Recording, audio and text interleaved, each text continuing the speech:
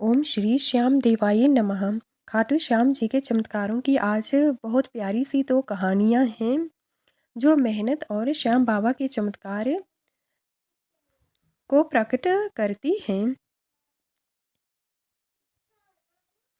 यह दो भक्तों की कहानियाँ हैं। खाटू श्याम जी की महिमा अपरंपार है। जिनके सिर पर बाबा का हाथ होता है उनकी जिंदगी में कभी किसी चीज़ की कमी नहीं रहती है। यह तो हम सब जानते हैं। यह कहानी भी ऐसे दो भक्तों की है जिनकी जिंदगियां पूरी तरह बदल गई सिर्फ बाबा श्याम की कृपा से।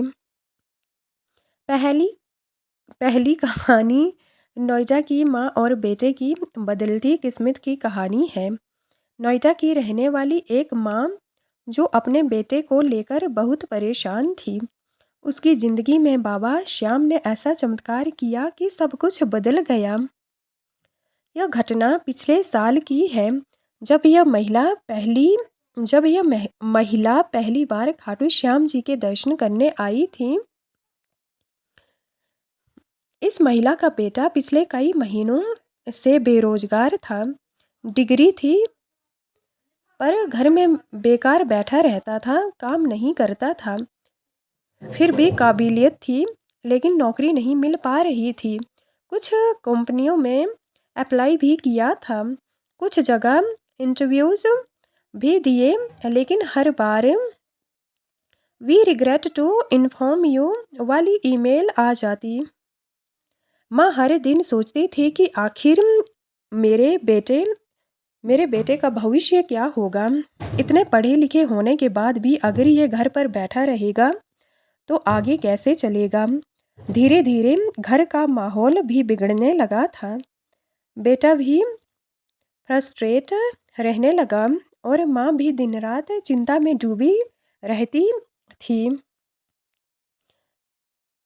खाटू श्याम जी के दरबार में तब ये पहली हाजिरी देती हैं। फिर एक दिन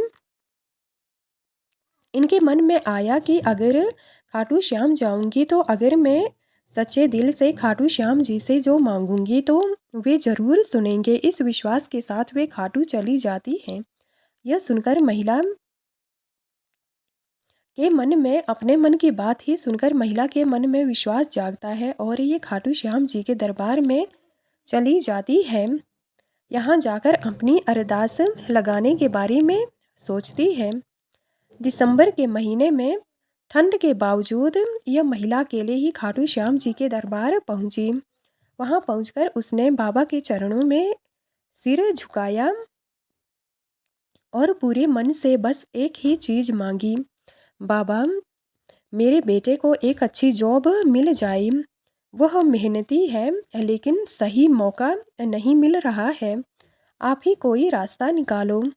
कब तक घर पर बेकार बैठा रहेगा। तब इनके जीवन में बाबा की कृपा होती है। खाटू से लौटने के बाद इस महिला का बेटा फिर से कुछ एमएनसीज और प्राइवेट कंपनीज में जॉब एप्लीकेशंस भेजने लगा। लेकिन इस बार कुछ अलग हुआ। पहली बार उसे बैक टू बैक कॉल्स आने लगी। इंटरव्यू के लिए बुलाया गया और तीसरे इंटरव्यू में ही इसका सिलेक्शन हो गया। यही नहीं, जिस सैलरी पैकेज की वह उम्मीद कर रहा था उससे भी अच्छी सैलरी पर उसे ऑफर लेटर मिल गया। घर में सबकी आंखों में खुशी के आंसू थे। उसकी माँ समझ गई कि यह कोई साधारण बात नहीं थी। यह खाटू श्याम बाबा की कृपा थी। जो बेटा महीनों से घर पर बैठा था उसे बिना किसी सिफारिश के, बिना किसी जद्दोजहद के खुद ब खुद इतनी अच्छी नौकरी मिल गई। अब यह माँ हर साल खाटू श्याम जी के दर्शन करने जाती और बाबा को धन्यवाद देती कि उन्होंने उसके बेटे का भविष्य संवार दिया।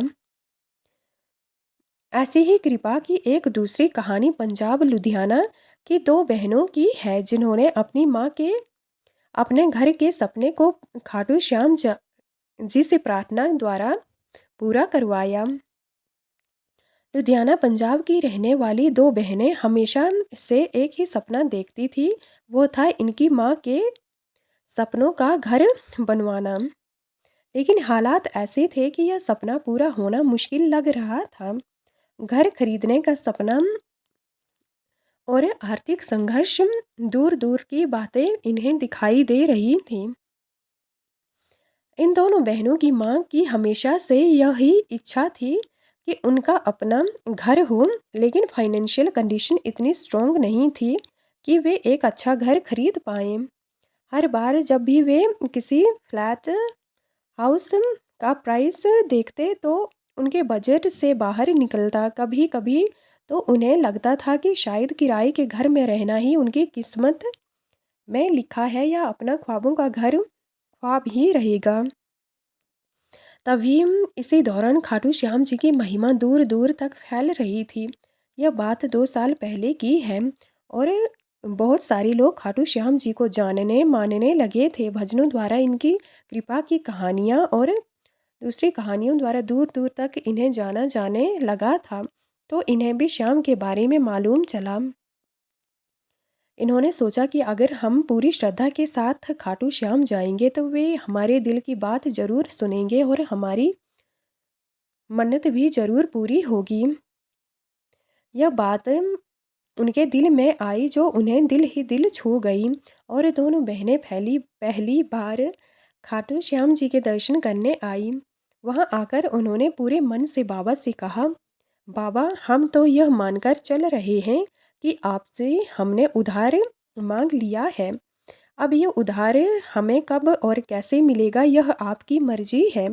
इस प्रकार अरदास लगाकर चली आती हैं, पर लौटने के बाद चीज़ें अपने आप बदलने लगी। कुछ ही समय बाद इन्हें एक बहुत अच्छा घर मिल गया, वो भी बिना किसी कीमत के। इन्हें मुफ्त में अपना एक बहुत अच्छा घर मिल गया जो इन्होंने कभी सोचा भी नहीं था।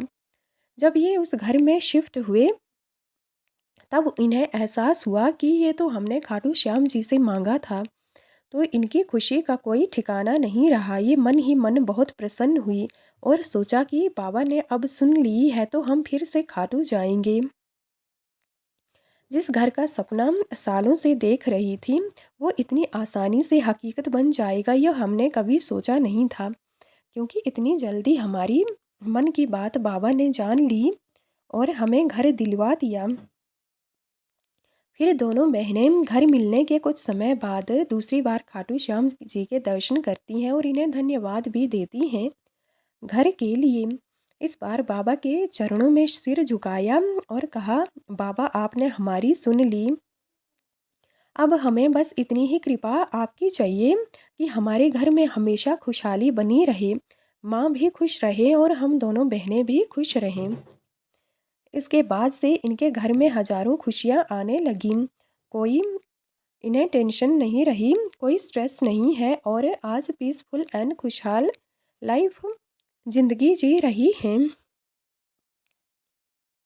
इन कहानियों से हमें यही सीख मिलती है कि अगर हमारे जीवन में कोई समस्या है तो पूरी श्रद्धा से बाबा श्याम के दरबार में अरदास लगानी चाहिए।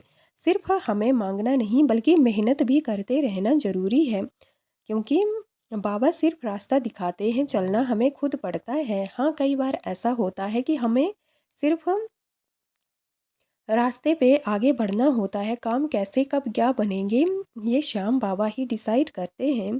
कई बार बिना मेहनत के भी ये फल देते हैं जो हमारी सोच और समझ से परे की बातें हैं। अगर बाबा पर पूरा विश्वास है तो ये कभी न कभी कृपा करते हैं। हाँ, टाइमिंग इनकी होती है पर वहीं ये देते हैं जो हमारे लिए ज़रूरी, और जब हमारा सही समय आता है तो हमें सब कुछ मिल जाता है। जो भी सच्चे मन से श्याम बाबा का नाम लेता है उसकी ज़िंदगी खुशियों से ज़रूर भरती है, यह इनके भक्तों का कहना है। जय श्री श्याम, जय खाटू श्याम जी। ऐसी ही कृपा श्याम बाबा अपने भक्तों पर बनाकर रखें। जय श्री श्याम जी।